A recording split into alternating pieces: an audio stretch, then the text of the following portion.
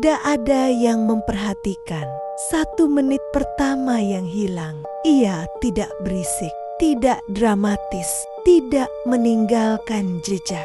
Hanya keterlambatan kecil. Kereta datang terlalu cepat. Lampu lalu lintas berubah sebelum pengendara siap. Orang-orang tiba di rumah dengan perasaan aneh. Seolah perjalanan terasa lebih singkat dari seharusnya. Kota menyesuaikan diri. Kota selalu menyesuaikan diri. Hanya satu bangunan yang tidak pernah ikut menyesuaikan. Gedung tua di ujung Jalan Kartini dengan jam besar di dinding depannya yang mati di jam 2:17. Jarumnya tidak rusak, mesinnya tidak macet. Ia berhenti karena diperintahkan berhenti. Raka Pratama tiba pukul ke-20 2,41. Ia berhenti di depan gedung itu. Lebih lama dari yang ia sadari. Ada rasa tidak enak di dada. Seperti seseorang sedang menunggu dari balik pintu. Satpam tua menyerahkan kunci tanpa bertanya apapun. Dulu, katanya pelan, orang-orang di sini kerja malam. Tidak pernah satu orang saja. Raka mengangguk, setengah mendengar. Saat ia memutar kunci, satpam menambahkan, kalau dengar jam berdetak, jangan lihat jamnya. Pintu besi menutup di belakang Raka, bukan tertutup, dikunci dari dalam. Udara di dalam gedung lebih dingin, namun bukan dingin biasa. Rasanya seperti ruangan yang terlalu lama ditinggalkan, bukan oleh manusia, tapi oleh waktu itu sendiri. Setiap langkah Raka terasa sedikit terlambat dari niatnya. Ia melangkah. Lantai baru berbunyi. Sesaat kemudian, lorong arsip membentang panjang. Rak-rak tua berdiri seperti barisan saksi bisu. Label tahun terbaca jelas. 2024, 2023, 2022. Semakin ke dalam, semakin tua. 20 18 20 17 20 16 lalu berhenti. Ke 2015, rak setelahnya kosong, tidak berdebu, tidak rusak, kosong, seperti baru saja ditinggalkan. Raka mencatat temuan itu. Ruang utama membuat Raka lupa bernapas. Ratusan jam tergantung di dinding, berdiri di lantai, ditumpuk di meja. Ada jam dari berbagai era, berbagai desain. Semuanya menunjukkan waktu yang sama, 02,17. Tidak ada detak.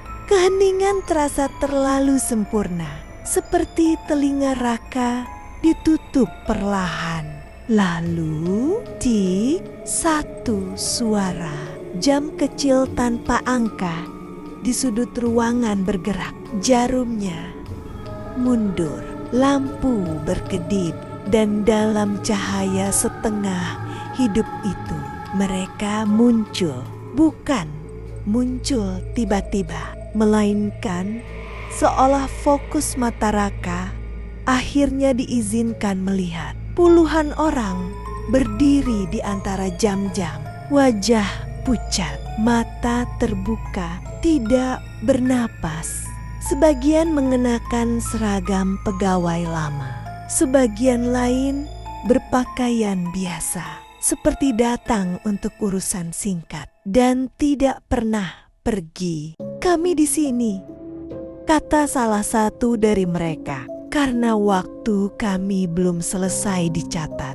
Jam menunjukkan 02,19. Lorong di belakang Raka tidak lagi sama. Ia tidak berubah bentuk secara dramatis, tidak melengkung, tidak retak. Justru sebaliknya, lorong itu terlihat lebih rapi, terlalu rapi. Rak-rak arsip yang sebelumnya kosong kini penuh, berdiri lurus seperti baru saja dirapikan oleh tangan yang sabar. Map-map coklat tua berjajar dengan jarak seragam. Tidak ada debu, tidak ada tanda usia. Namun udara di sana berat. Setiap tarikan napas terasa seperti menghirup sesuatu yang seharusnya tidak bergerak. Raka melangkah satu langkah. Rak di depannya berderit pelan. Satu map, hanya satu. Meluncur keluar sendiri, jatuh ke lantai tanpa suara keras. Seolah lantai sengaja menahannya. Raka menunduk. Nama di sampul map itu membuat pandangannya menyempit. Seolah dunia diperas dari pinggir ke tengah. Raka Pratama. Hurufnya bukan dicetak, bukan ditulis tangan, melainkan terbentuk seperti serat kertas yang menghitam dengan sendirinya. Tangannya gemetar saat membuka map itu. Di dalamnya ada laporan-laporan yang belum pernah ia jalani. Jam masuk gedung 22,41. Detak jantung meningkat 02,12.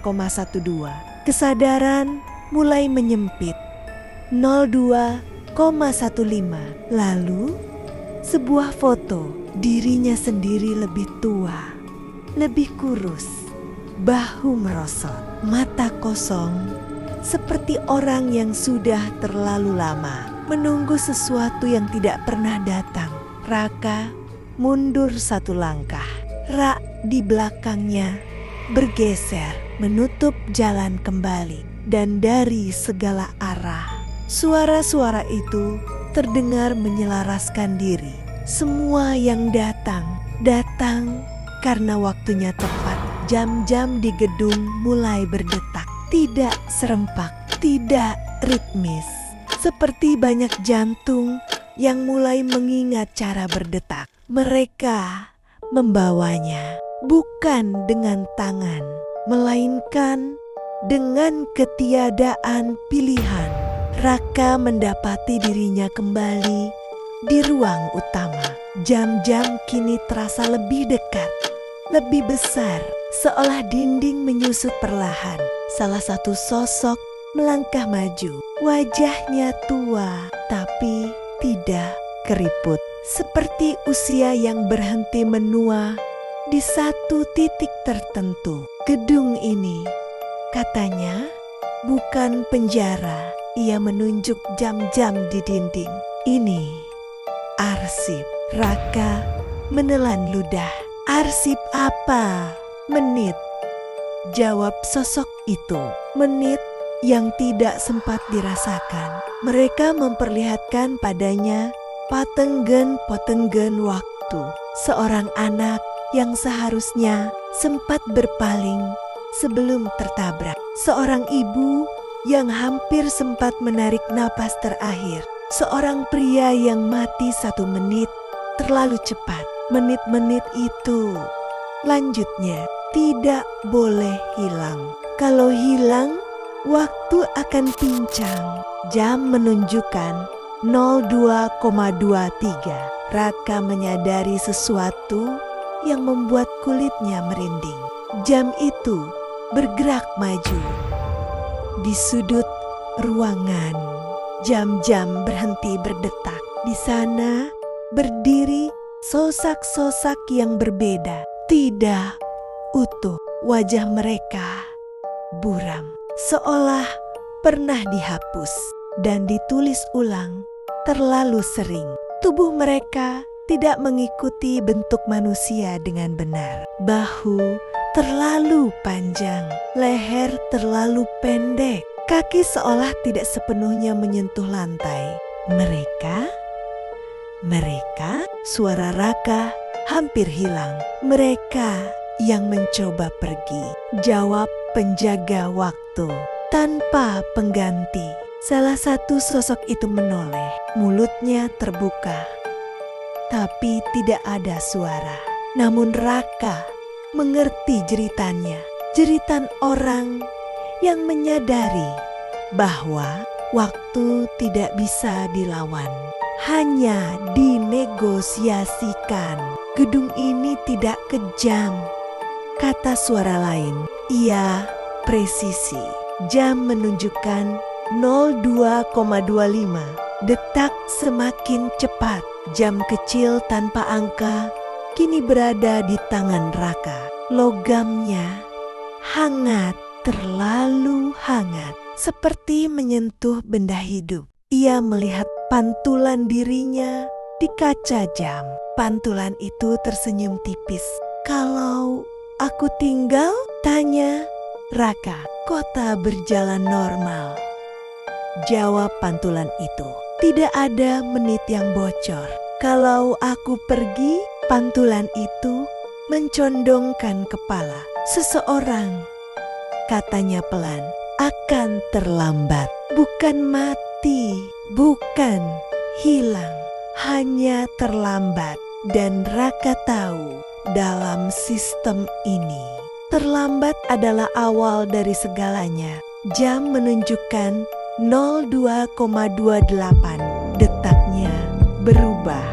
Bukan lagi tik, melainkan denyut. Keputusan itu tidak terasa heroik, tidak terasa besar, hanya terasa perlu. Raka menghantamkan jam ke lantai untuk 1 detik. Tidak ada apa-apa. Lalu kaca pecah. Bukan hanya jam itu, semua jam. Suara pecahan kaca bercampur dengan jeritan waktu yang kehilangan bentuk. Rak arsip terbuka paksa, kertas-kertas terbakar, sosok-sosok penjaga terurai, seperti bayangan yang kehilangan sumber cahaya. Gedung bergetar, bukan runtuh, berontak. Untuk pertama kalinya, waktu tidak dicatat. Ia liar. Raka tidak ingat bagaimana tubuhnya bisa berada di luar gedung. Tidak ada ingatan tentang pintu yang terbuka. Tidak ada ingatan tentang langkah terakhir. Ia hanya tahu paru-parunya terbakar saat udara malam menghantam masuk, seolah dunia luar adalah benda asing yang baru pertama kali disentuh tubuhnya. Aspal dingin menekan telapak tangannya, bau bensin, debu, sampah basah di selokan, suara kota. Hidup. Raka terbatuk keras, muntah sedikit cairan pahit saat ia akhirnya bisa mengangkat kepala. Hal pertama yang ia lihat adalah jam tangannya sendiri. Jarumnya menunjuk 02,16. 1 menit sebelum semuanya berhenti. Ia menoleh ke belakang. Gedung tua itu berdiri utuh. Tidak ada retakan, tidak ada tanda kehancuran. Lampu-lampunya mati total, seperti bangunan yang tidak pernah dialiri listrik sejak awal. Tidak ada jam besar di dinding depannya. Tidak ada apapun yang menandakan bahwa gedung itu pernah memiliki fungsi.